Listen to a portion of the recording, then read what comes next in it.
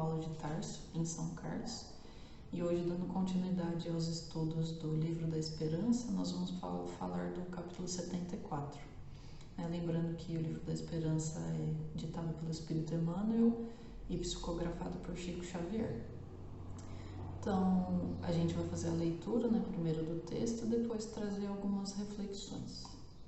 Então, vamos lá. Capítulo 74, ler e estudar. Primeiramente, Emmanuel vai trazer uma citação de Jesus, no Evangelho de Mateus, capítulo 24, versículo 5, que diz: Muitos virão em meu nome dizendo, eu sou o Cristo, e enganarão a muitos. Em seguida, ele traz o título do item 9 do capítulo 21 do Evangelho segundo o Espiritismo, que chama Desconfiai dos falsos profetas. Vamos então ao texto. Ler sim e ler sempre, mas saber o que lemos. Isso é o mesmo que reconhecer o impositivo da alimentação física, na qual todas as criaturas de bom senso atendam à seleção necessária. Ninguém adquire gêneros deteriorados para a formação dos pratos que consome. Pessoa alguma compra pastéis de lodo para servir sua mesa. Estudar sim e estudar sempre, mas saber que estudamos. Isso é o mesmo que reconhecer o impositivo da instrução, na qual todas as criaturas de bom senso atendem ao critério preciso. Ninguém adquire páginas dissolutas para fortalecer o caráter. Pessoa alguma compra gravuras pornográficas para conhecer o alfabeto. O homem filtra a água, efetua os prodígios da asepsia, imuniza produtos do mercado popular e vacina-se contra moléstias contagiosas. No entanto, por mais levante os princípios de controle da imprensa, encontra a cada passo reportagens sanguinolentas e livros enfermiços, nos quais o vício e a criminalidade frequentemente comparecem disfarçados em belas palavras, semelhando cristais de alto preço carreando veneno. Assevera o apóstolo Paulo em sua primeira carta aos Tessalonicenses: examinai tudo e retende o bem. A sábia sentença, de certo, menciona tudo o que pode e deve ser geralmente anotado, de vez que o meio microbiano, para efeitos científicos, se reserva ao exame de técnicos que, aliás, o fazem munidos de luva conveniente. Leiamos e estudemos, sim, quanto nos seja possível, honrando o trabalho dos escritores de pensamento limpo e nobre, que nos restaurem as forças e nos amparem a vida, mas evitemos as páginas em que a loucura e a delinquência se estampam, muitas vezes, através de alucinações fraseológicas de superfície deleitosa e brilhante, porquanto buscar-lhes o convívio equivale a pagar corrosivo mental ou perder tempo. Bom, para começar a refletir então sobre esse capítulo, primeiro vamos pensar um pouquinho nas duas palavras do título, Ler e estudar. Ler, se a gente for numa definição simples de dicionário, a gente pode ver como interpretar o que está escrito, devanear, fixar a vista e a mente. Estudar, por sua vez, tem uma conotação mais profunda, relacionada à análise. Então, analisar atentamente, fazer o possível para conhecer ou compreender, sondar, tratar de conhecer. Então, já do título, a gente vê que Emmanuel tinha uma intenção aí de diferenciar essas duas coisas, Do contrário, ele poderia simplesmente colocar como título uma ou outra, Então, já no título ele demonstra a necessidade dessa diferenciação, no sentido de que a leitura realmente ela é essencial, mas que ela não seja apenas um ato mecânico, de meio que engolir textos e mais textos sem critério, Então, a partir da leitura vem o estudo, que seria refletir sobre aquilo que lemos, e sobre aquilo que, de uma certa maneira, deixamos que alimente a nossa alma. Então, quando nós nos entretemos com um livro, uma matéria de revista, uma postagem em mídia social, que tem se tornado cada vez mais corriqueira, nós estamos entrando na sintonia daquele autor e daquele conteúdo, né? Portanto, nós estamos alinhando a nossa frequência vibratória e dessa forma a gente está abrindo a porta do nosso mundo íntimo para aquela influência, seja ela de cunho positivo ou negativo. Então, voltando um pouquinho também lá no começo do texto, né, nas citações que Emmanuel faz do Evangelho de Mateus e do Evangelho segundo o Espiritismo, eu fiquei pensando bastante, né, nas primeiras vezes que eu li esse capítulo, qual que seria a relação então com esse falso profeta, né, com esse cuidado com os falsos profetas, o que Emmanuel estava querendo trazer nesse capítulo 74 e correlacionando com esses falsos profetas, né? Então, se a gente for lá no Evangelho segundo o Espiritismo, no capítulo 21 todo, ele vem tratar desses falsos profetas, né? Então, há várias citações dos evangelistas, especialmente de Lucas e de Mateus, com aquelas falas de Jesus que remetem à árvore e ao fruto, né? Então, que se reconhece uma árvore pelos seus frutos, ou seja, que um fruto bom não pode ter sido gerado por uma árvore má, assim como um fruto mau não pode ter sido gerado de uma árvore boa. E aí também, nesse capítulo como um todo, mas especialmente no item 9, que é o citado, eles vêm explicar, os espíritos vêm explicar a diferença, né, entre o falso e o verdadeiro profeta e como que a gente pode reconhecê-los, né? Então, especialmente relacionando as obras à criatura, né, assim como o fruto à árvore. Então, eu selecionei 2 trechos aqui, que são já do item 9, para a gente refletir um pouco em cima disso. Então, o primeiro é: desconfiai dos falsos profetas. É útil em todos os tempos essa recomendação, mas sobretudo nos momentos de transição em que, como no atual, se elabora uma transformação na humanidade, porque então uma multidão de ambiciosos e intrigantes se arvoram em reformadores e messias. E o outro trecho diz o seguinte: os verdadeiros profetas se revelam por seus atos, são adivinhados, ao passo que os falsos profetas se dão eles próprios como enviados de Deus. O primeiro é humilde e modesto, o segundo, orgulhoso e cheio de si, fala com altivez e, como todos os mendazes, parece sempre temeroso que não lhe deem crédito. Então, nesse capítulo, né, nesse item mais precisamente, ficam caracterizados o verdadeiro e o falso profeta, né?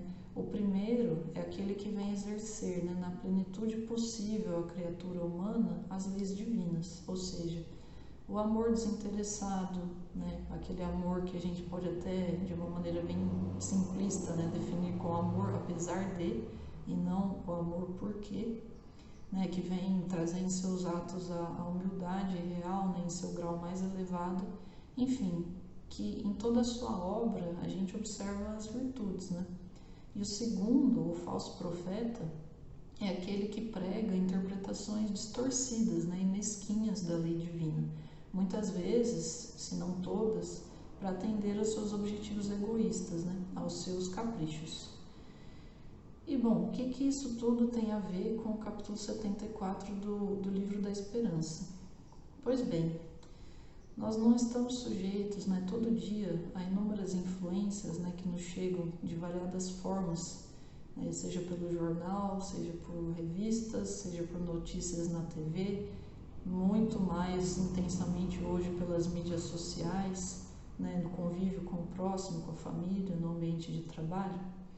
Então, Emmanuel, ele vem nos alertar, né, sobre esses falsos profetas que permeiam, né, a sociedade, que fazem parte, né, da nossa vida, como aqueles que tentam, e muitas vezes conseguem, né, se não estivermos vigilantes o suficiente, convencer de que o caminho correto, o caminho ideal da criatura, seja aquele que leva à agressividade, à intolerância, o preconceito, ganância, o egoísmo, por muitas vezes o culto ao corpo, o culto aos prazeres transitórios, né, e efêmeros da vida. Então esses Essas são formas de apresentação aí de um falso profeta, né? E isso muitas vezes chega a nós por meio da leitura, em suas diversas formas de apresentação, seja por livros de conteúdo não tão elevado, seja por essas postagens, mídias sociais ou matérias diversas. E aí, também pensando nesse aspecto, né, a gente pode voltar no trecho em que Emmanuel fala sobre filtração, né, faz um paralelo com o processo de filtração, que ele diz o seguinte: o homem filtra a água, efetua os prodígios da asepsia, imuniza produtos do mercado popular e vacina-se contra moléstias contagiosas. No entanto, por mais levante os princípios de controle da imprensa, encontra a cada passo reportagens sanguinolentas e livros enfermiços, nos quais o vício e a criminalidade frequentemente comparecem disfarçados em belas palavras, semelhando cristais de alto preço, carregando veneno. Então, se a gente pensar, né, o que é um filtro, se não um meio, né, um meio poroso, um meio físico, né, no caso, de reter partículas que não queremos naquele nosso fluido final, como, por exemplo, na água tratada. E trazendo para a nossa realidade, então, o que é esse filtro? Né? Seria o nosso discernimento, né? Que vai se refinando e deixando passar cada vez partículas mais seletas, conforme vamos desenvolvendo o nosso intelecto, mas principalmente o nosso sentimento. E a leitura edificante, né, como o Emmanuel vem destacar com esse trecho, com esse capítulo, é um ótimo meio para isso, porque opera como que o preparo do solo, né, para esse cultivo, nos fortalecendo para as provas da vida, né, abrindo nossos olhos para as verdades que realmente importam, né, a necessidade do esforço, né, pelo nosso aprimoramento íntimo, para que possamos nos libertar pouco a pouco dos vícios que nos prendem, né, à matéria. Os vícios como o egoísmo, como o orgulho, né, como o hábito da reclamação, a impaciência, a intolerância. Então, essas leituras favorecem a criação desse ambiente interno, né, para desenvolvermos essas virtudes pouco a pouco. Então, Emmanuel também vai dizer que ninguém adquire páginas dissolutas para fortalecer o caráter. Então, aí ele deixa bem claro que a gente tem um papel ativo, né, na seleção desse conteúdo que vai nos servir de alimento, né? Então, dessa forma, a gente precisa ter coerência entre aquilo que a gente quer colher e aquilo que a gente vem cultivando. Ou seja, como que vamos desenvolver em nós essas virtudes, como a paciência, como a tolerância, o amor ao próximo, né? A humildade, se ficarmos constantemente nos alimentando, né? nos alimentando de elementos contrários, né? que pregam justamente os vícios que citamos antes. Né? Então, nós sabemos que não raro essas informações que chegam a nós, né, por essas variadas vias, elas têm cunho negativo, né? Por vezes desesperançoso, pessimista, agressivo, intolerante. Então, daí nasce, né, mais uma vez a importância de colocarmos em prática o vigiar e orai. Então, falado vigiar e orai. Vigiar para que saibamos reconhecer até que ponto esse conteúdo que entra no nosso mundo íntimo não é capaz de nos desestabilizar e nos deixar sob influências menos felizes, né? Desfavorecendo aí o nosso equilíbrio. E orar para que possamos colher então as forças de que precisamos para buscar em nós o caminho do meio, né? O caminho equilibrado. E a leitura edificante, mais uma vez, vai ajudar muito nesse sentido, porque ela atua, de fato, como preparo do solo para esse cultivo, né, que estamos almejando. Então, usemos o tempo de que dispomos para buscar essas leituras construtivas, né? Aquelas que possam enobrecer os nossos propósitos, sejam eles quais forem. A gente pode considerar como leituras construtivas até aquelas que vão favorecer a plena execução dos nossos atributos profissionais, né? Por nos proverem de ferramentas de que necessitamos. A leitura edificante é aquela que nos vai ajudar a enxergar aquela luz no fim do túnel, né? Naqueles momentos difíceis da vida pelos quais nós todos passamos, né? A leitura edificante também é aquela que nos ajuda a abrir os olhos para a riqueza da vida, né, para a bênção da vida, todas essas que nos envolvem, que por vezes estamos tão desatentos, né? E também para fortalecer a nossa vontade para auxiliar o próximo, né, para servir de amparo àqueles que nos rodeiam. Um outro aspecto também que é importante a gente tratar aqui é sobre a responsabilidade que temos sobre aquilo que nós profetizamos. Então, é importante a gente refletir se nós também não estamos atuando como esses falsos profetas, né? Especialmente no mundo que a gente vive hoje, né? Das mídias sociais, em que é tão fácil influenciar, né? É tão fácil expor as nossas opiniões, as nossas ideias. Será que temos analisado com profundidade o conteúdo que nos chega antes de passar adiante?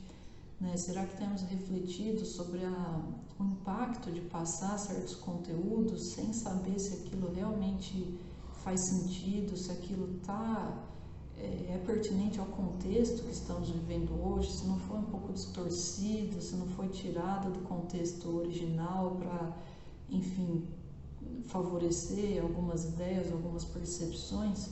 Isso tanto no meio espírita, né, porque é bem comum chegarem mensagens de espíritos alegando serem espíritos já sabidamente elevados, mas que trazem mensagens que não condizem com as obras anteriores desses espíritos, né? Mensagens que por muitas vezes vão trazer misticismos, vão trazer ideias de soluções rápidas e milagrosas para problemas do cotidiano ou problemas específicos da época, mensagens que vão dar a impressão de que Deus, que é soberanamente bom e justo, favoreceria alguns de seus filhos em detrimento de outros, né? Alguns povos ou alguns grupamentos em detrimento de outros. Então, isso no meio espírita, né? E no meio da vida mais cotidiana, também, né, notícias falsas relacionadas a políticos, relacionadas a ações, às vezes, de pessoas comuns, relacionadas à saúde pública, ao meio ambiente. Então, temos que estar muito atentos, né, com relação a isso. Mais uma vez, entra o vigiai, né, para que realmente possamos dar a devida importância a essas informações, né, de rastrear de onde que vieram, se realmente fazem sentido, antes de passar adiante. Né? E aí também, para fechar então essa reflexão, falando um pouco aí que a gente conversou sobre a importância de também não sermos nós os falsos profetas, eu gostaria de compartilhar alguns trechos do capítulo 53 do Palavras de Vida Eterna, também ditado por Emmanuel e psicografado por Chico. E nesses trechos ele vai trabalhar bastante a citação de Paulo, que foi feita lá no capítulo 74 do Livro da Esperança: examinai tudo e retende o bem. Mas também ele vai falar da nossa responsabilidade, né, como transmissores de informação. Então eu vou ler o trecho aqui. É natural que a mente amadurecida e equilibrada possa ler tudo e tudo observar, mas não é aconselhável que as crianças e os doentes, fracos e alienados potenciais da razão, tudo experimentem e tudo vejam. Aí pulei um trechinho aqui, mas em seguida ele vai dizer: assim, pois, se te reconheces em plenitude de robustez espiritual, analisa tudo, sabendo que é preciso reter o bem capaz de ajudar na edificação ou na cura dos outros. Se possuis o necessário discernimento e dispõe do tempo preciso, lê tudo, usando o crivo da compreensão e da utilidade, mas não ouvides, ou seja, não esqueça de escolher o que seja bom e apenas prestigiar o que seja bom, em favor daqueles que ainda não pensam com segurança quanto já podes pensar. Então aqui ele deixa muito evidente, né, essa importância de selecionarmos muito bem aquilo que lemos e aquilo que prestigiamos, né, e a responsabilidade perante os outros, né, perante aqueles que não têm ainda o discernimento que temos ou não têm a estrutura espiritual que por vezes julgamos que temos, né? Então temos que ter consciência quanto a isso, né? Quanto ao impacto que a transmissão dessas informações, desses conteúdos por nossa parte também pode trazer de dificuldade para o próximo. Então, achei esse um trecho bem interessante que resume aí a ideia. Então, amigos, é isso, né, que a gente queria trazer hoje. Buscamos, portanto, sempre ser coerentes, né, entre aquilo que estamos buscando, né, como objetivo e aquilo que estamos cultivando, né, respeitando sempre as limitações, tanto as nossas quanto dos outros, né, cultivemos a esperança sempre, porém não o conformismo, né, não a estagnação, a esperança em movimento sempre, né, contínuo em direção ao bem. Muito obrigada e que todos fiquem em paz.